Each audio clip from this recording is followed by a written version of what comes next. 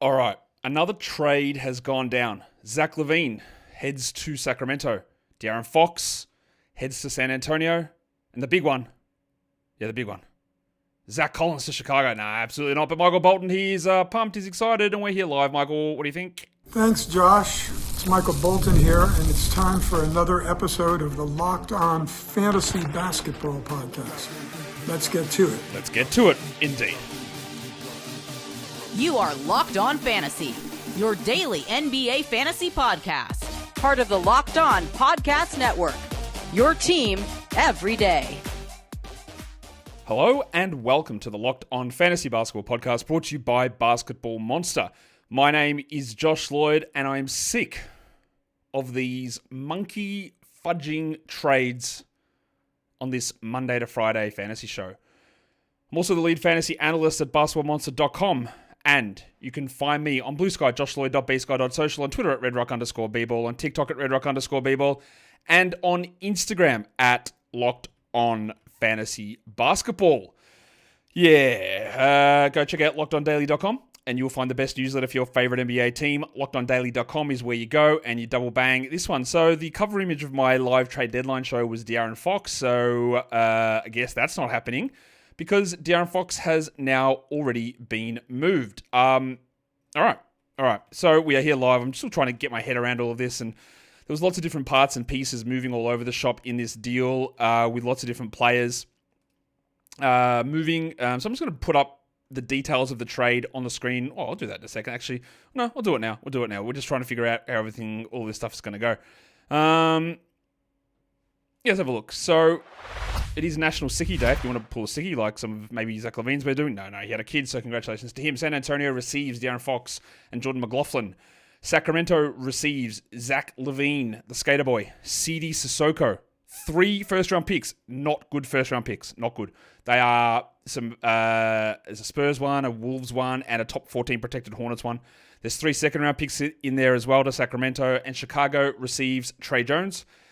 Let's be fair, Chicago receives garbage. Trey Jones, Zach Collins, Fanapants, Kevin Huerter, but importantly, Chicago gets back their first-round pick, which prevented them from fully, from their, or they may not have had this pick. This is from the DeMar DeRozan sign and trade. Imagine that. DeMar DeRozan's still somehow involved in all of this, despite him being on many different teams since.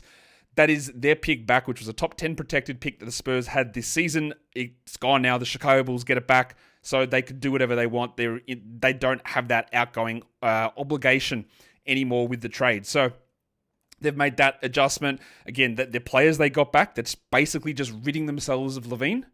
They're getting back guys with a reduced long-term salary. That I would expect that they are going to move Vooch. That is my next expectation. For who, I've got no idea. Where, I have no idea. But I do expect that this will facilitate, grease the wheels of a Nikola Vucevic trade. Because again, you don't get back your own pick in a draft and have already had these exploratory discussions with the Warriors in a package for LaVine in order to just hold tight. I don't think that's what you do. I am very certain that Vooch is going out. And also remember, part of the reason why I was fading LaVine at draft season is I believed that he would not have the starting job all season. He would either get benched or he would get traded. That was part of the calculus in me being a Vooch hater, is that I didn't think he'd be playing on the Bulls at the end of the season. So we'll see where that goes. I'm just trying to get a view of who's actually in here at the moment and have a look at you guys on the live. We're just getting crazy stuff happen all over the place. So I'm going to try and break this down as best as I can for now. And then we can figure out. I'm just going to check in with you guys, just trying to get everything working live. Still going to have the recap show later today. By the way, guys, don't worry about that. That will be still coming later on. All right. Sorry, everything's just taking so long, man. All these computers are just like dying with all the stuff that I'm trying to do on them. That's okay. We We listen and we don't judge. All right, the Kings. What do you want to hear about? I'm just jumping into the chat. See you guys here.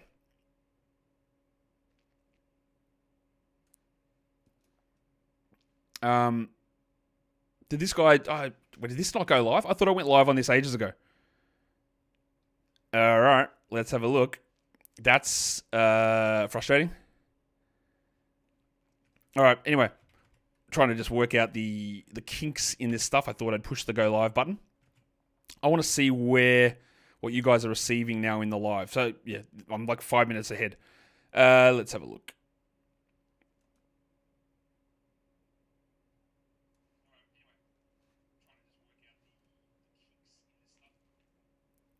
All right, I'm live now. Okay. Have you guys... I went live 5 minutes ago. I don't know why it didn't go live. Did you guys see... If you are here live in the chat, did you guys see the trade screen I put up? Have you seen the trade detail screen go up? All right, I'm going to put it back up for you guys to have a look at. Apologies for that. I don't know what happened. But here are the details on the trade that just went down. I hadn't really said much about it. San Antonio gets De'Aaron Fox. San Antonio gets Jordan McLaughlin.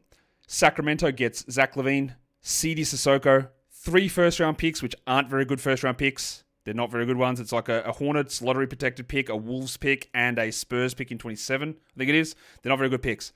And they get 3 second-round picks, which don't mean that much. The Bulls get salary garbage, Trey Jones, Zach Collins, and Fanapans Kevin Huerter, and they get their own first-round pick back, Chicago. That is the 2025 Chicago Bulls first-round pick, which was top 10 protected, and the Spurs had it as part of the DeMar DeRozan sign-and trade. Of course it was. Why wouldn't they have that pick? So the Bulls get that back. So to me, this indicates again that they will be moving on from Nikola Vucevic. Part of my reason why I was a Vuce hater in the preseason was the idea that I didn't think Vuce was going to be on this team at the end of the season. I had no belief that he would still be here. I thought there was a chance he could get benched, fake injured, or traded away. And I think that these moves from Chicago suggest that that's probably going to be something that happens. Is that the Bulls will be continuing to look into moving off of of Vuce, and they obviously didn't get back pieces to try and compete, because getting Trey Jones and Kevin Huerter, these are not pieces to try and compete with. Yeah. Okay. All right. So I'm going through all this stuff now. 1 sec. I'm just going to adjust some stuff. Sorry, guys.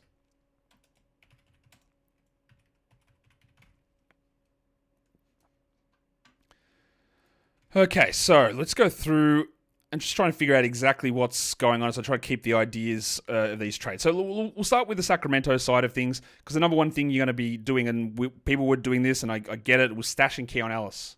But my thing has always been, in any trade, things do come back. So I've already had the questions. Is Keon Ellis getting a bump? Not really.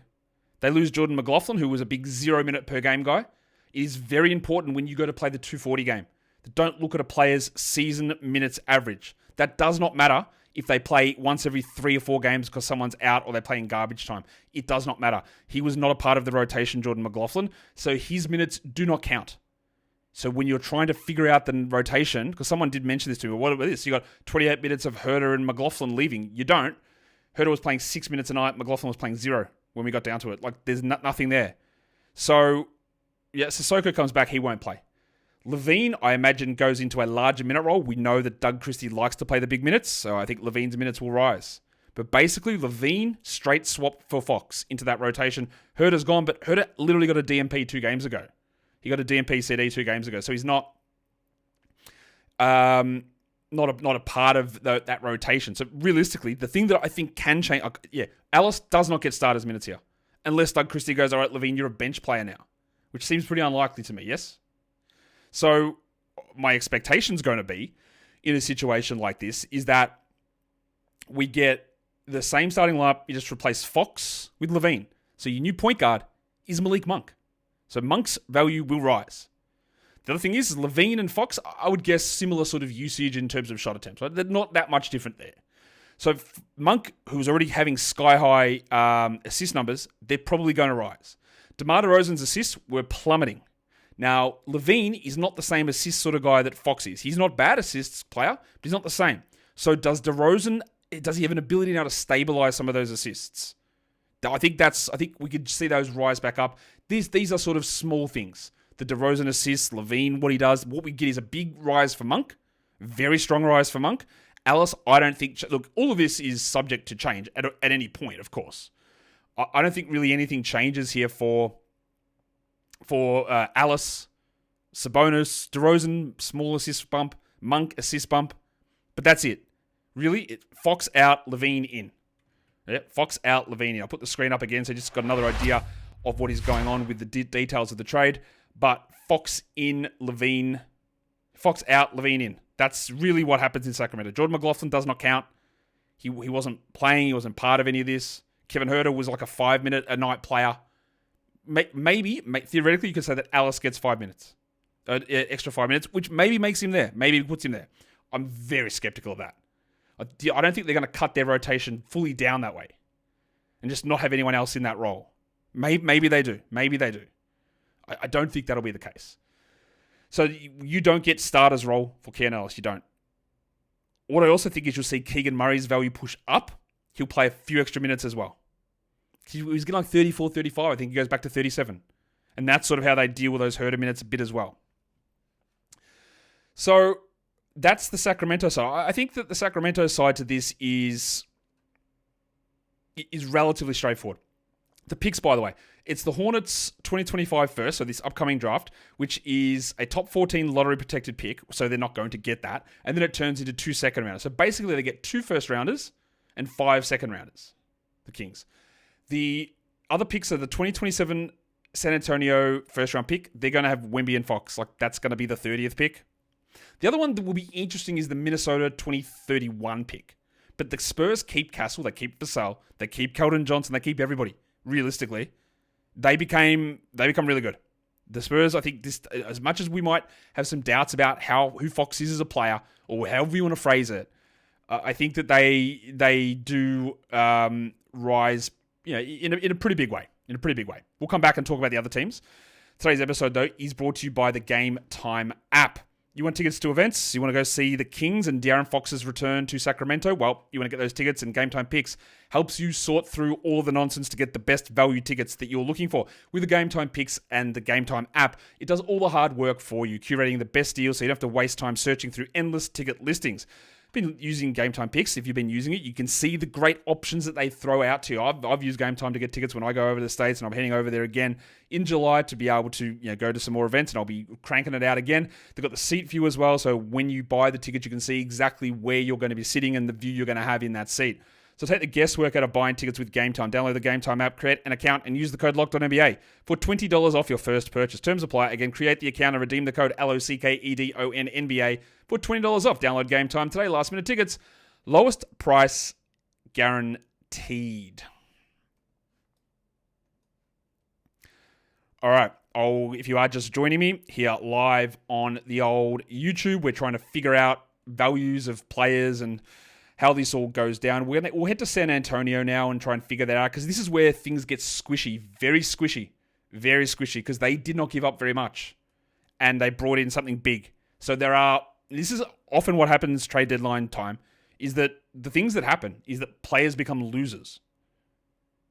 They, not losers is if they're like actual losers, but they lose their fantasy value. Maybe they're losers anyway, not my business, but they lose value in this spot. In terms of how we want to see like this stuff play out in San Antonio, look, be very cautious. Right? ESPN loves to do this, projected starting 5 lineups. They're not sourced. Nobody tells them. Somebody makes it up. It is completely false. The starting lineup they put out for the Spurs was Chris Paul, De'Aaron Fox, Devin Vassell, Stephon Castle, and Victor Wembanyama. And let me assure you, that's not happening. It won't happen. So don't look at that and go, ESPN actually has this lineup. They're lying. That is not a true lineup. There is almost no way that is the lineup that the Spurs roll with. It's just not going to happen. All right, so I don't be very cautious about reading into those things. So what happens here? Does De'Aaron Fox lose or gain value? I'd say it's pretty similar, to be honest. I don't look. The reason I think that Fox might lose some value in this setup is one reason. that I don't think he's going to play 37 minutes a night under Aussie fast bowling legend Mitch Johnson. I don't think he plays that many minutes. The Spurs don't do that. 34, 35, sure. 37, 38, probably not. So that's the difference. Usage, he'll be able to hold where he's at. Mainly. Assist rate might rise a little bit, but there are a few other point guards around here, and Wemby's going to have the ball. But he dealt with that. He dealt with Monk, DeRozan, Sabonis. Right, so I think he's going to hold relatively steady. The major difference will be that we probably lose minutes, I would think. That would be my guess. I think he loses some minutes there. What else happens? Well, Devin Vassell loses quite a bit. Not to a droppable level, I don't think, but he loses a bit because he moves, and this is the Bradley Beal effect. He goes from the number 2 guy to the number 3 guy. And often the number 1 and 2 guys stay the same. The number 3 guy usually loses a bit. So I think that Vassell's going to lose quite a few shot attempts. I would have absolutely no problem in dropping Jeremy Sohan. That's just not going to happen. I would love if he started over Harrison Barnes, but doesn't look like it's happening. I think their lineup, obviously with pencil in Fox and Wemby, they're in there. I think Vassell is going to start without any question.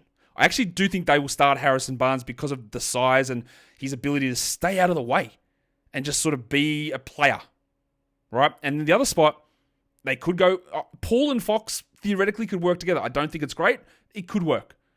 I think they probably will go with Castle still. But Castle in that role does not mean 30 minutes. It does not mean usage. He still won't be able to shoot, and he will never really have opportunities to handle the ball. So while Castle was starting to push up a bit, he loses a lot here. I think both Castle and Chris Paul and Jeremy Sohan are all going to be droppable. The one that I would consider holding a little bit, I would consider Chris Paul, because there is a chance that he just plays 28 minutes. They stagger him and Fox. They play together a little bit. And in 28 minutes, Paul is a fantasy legend. Stephon Castle in 28 minutes is the 300th best player. So you don't worry about that. Jeremy Sohan playing limited minutes is not good enough to be anywhere near a 12-team roster. So if you're going to drop anybody, like Castle, sure. Sohan, absolutely no problem. Barnes, why have you got him? Keldon Johnson, for the love of God, stop rostering him. If you're going to hold anyone, it is Paul. Now, I think Paul is going to lose a lot, but there is a possibility that he could just hold into like a 26-minute role. The next question, remember, because Trey Jones is gone as well. So those 15 minutes that Trey Jones was getting, Paul gets those easily. He loses some of his starting minutes to Fox. He could hold Chris Paul. He could. So I would prefer to hold on to him to see what happens. Part of the reason that Steph Castle was putting up numbers that had any relevance was they were just going, here are all the shots. And that is not going to happen when he's sharing the court with Vassell, Wemby, and Fox. And yeah, he was getting shots over Vassell. That's cool. But that's not going to be a realistic thing, I don't think, at all. So I'd have no problem moving on. The other question people say, does this make for deeper leagues? Yeah, Charles Bassey a better option because Zach Collins is gone. Not really.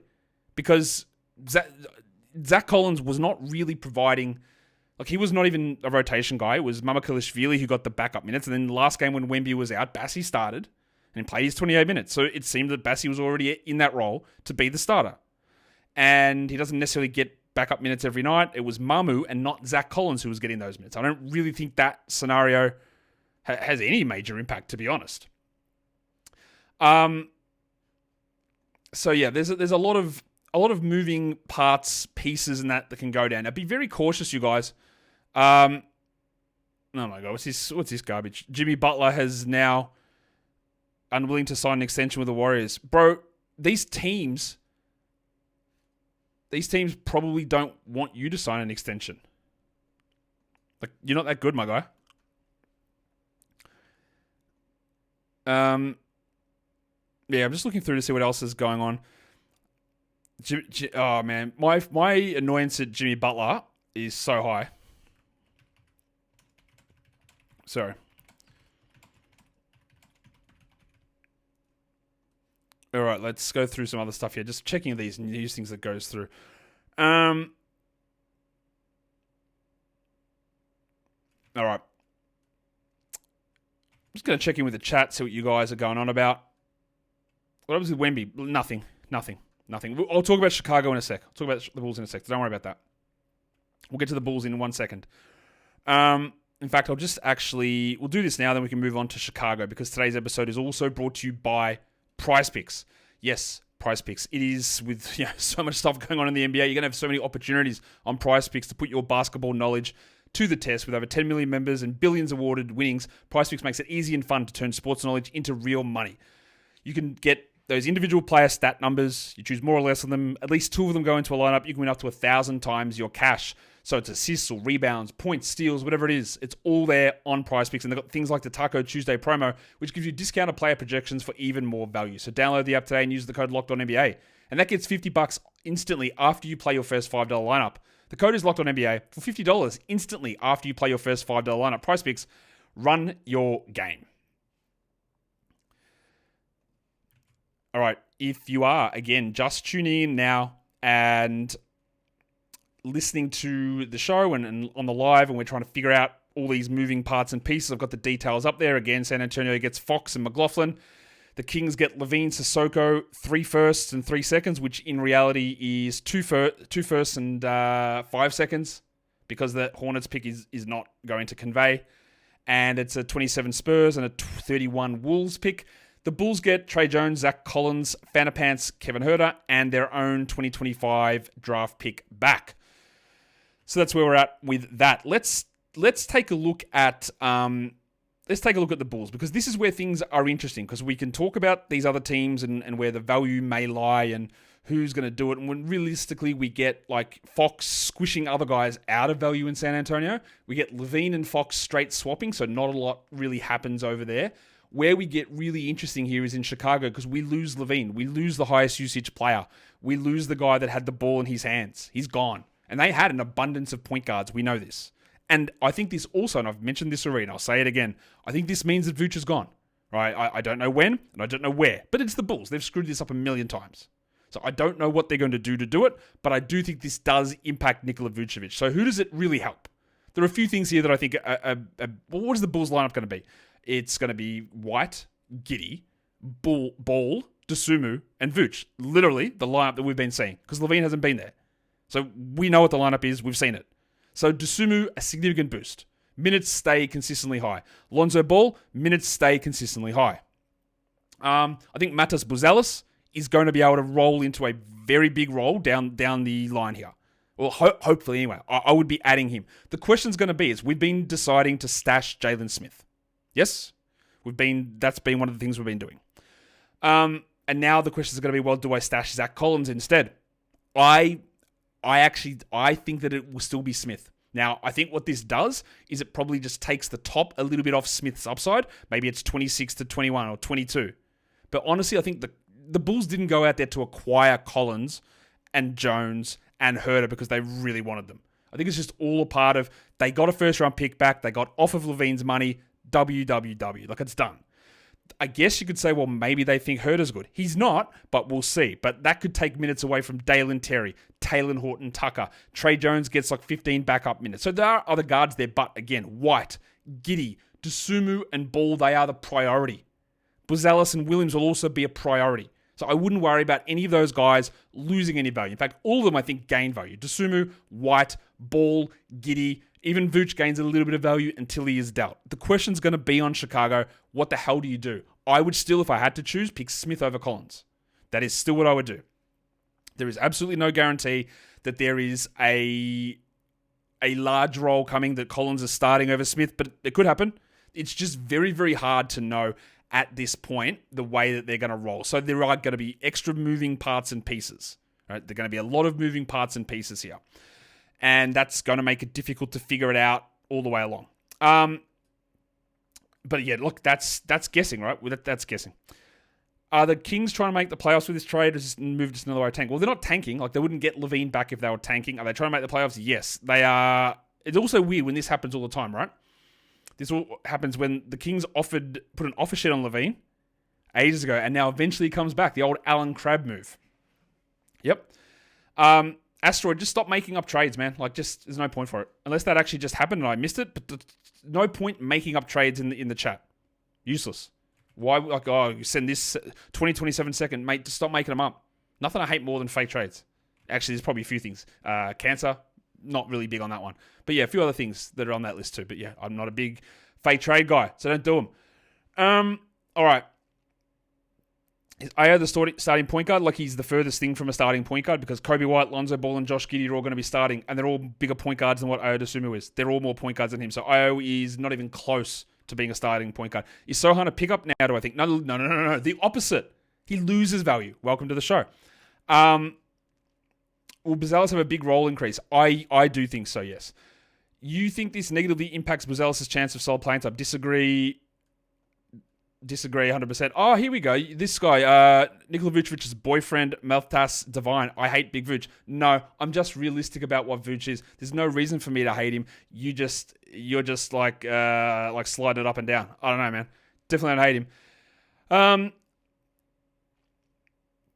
Do I think Sohan's worth hold to see what happens with the lineup? Not really, no. Look, again, you can, but he's not providing value right now. The team got more stacked.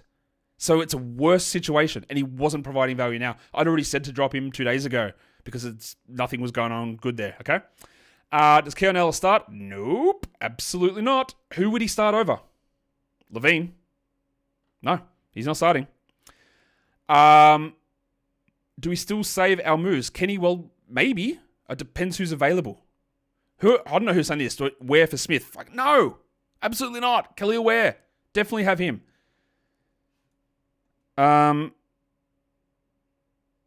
Yeah, okay. I'm still trying to figure out like all these parts and pieces, but I think that's the idea here is the Bulls guys. Giddey, Ball, White, Dosunmu, Buzelis all rise in value. Vooch, I think, is going to drop massively. Smith gets a bit of a challenge from Collins. I still edge Smith. Well, I don't. Maybe I did. I don't know. Not yet. I think Smith still gets the edge over Zach Collins. In San Antonio, Paul loses value. Vassell loses value. Castle loses value. Sohan loses value. Fox, about the same, probably loses value due to minutes. In Sacramento, Monk, value up. DeRozan, marginally up. LaVine, marginally up. Ellis, marginally up. I don't think Herter's necessarily going to play much in Chicago. I don't think Trey Jones is going to be playing big roles. I think the Bulls have still got plenty of things happening as well. So just be aware of all of that. Yes? The Bulls somehow have Chris Duarte too, by the way. That's, man, this team.